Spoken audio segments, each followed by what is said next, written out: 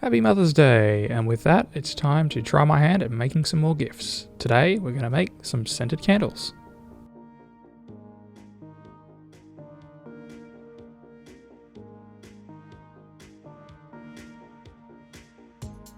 So I've got a couple of different options for vessels for these candles.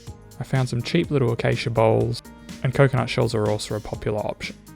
To add some scent, we're going to use some fragrance oil, and to tint the candles, we're going to be using some liquid candle dye.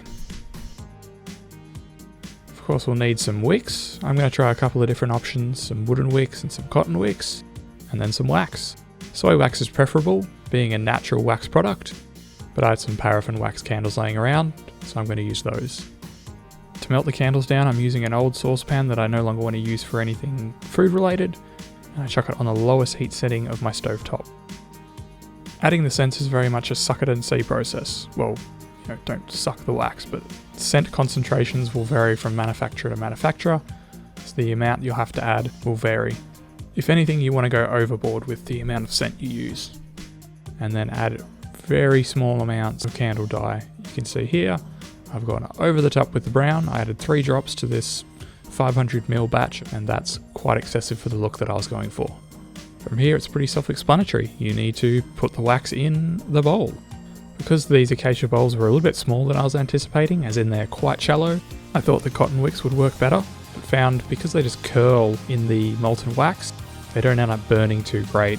So I'd definitely recommend larger bowls where you can make use of the wooden wicks.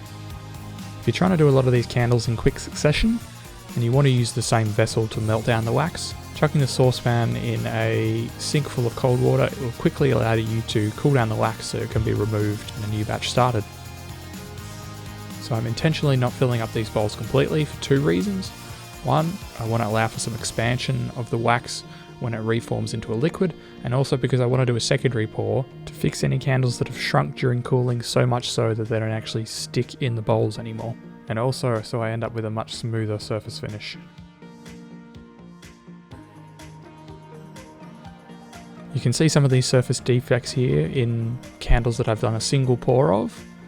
So another option to remedy these issues is to use a heat gun.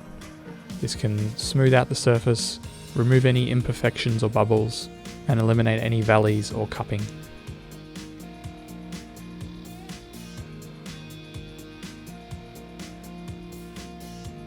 In the end, I made a whole host of candles, including lime coconut, mango, black raspberry, vanilla caramel, and blueberry pie, with all of the candles coloured appropriately.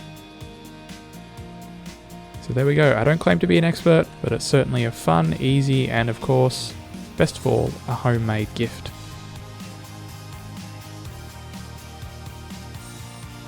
Thanks for watching today, guys.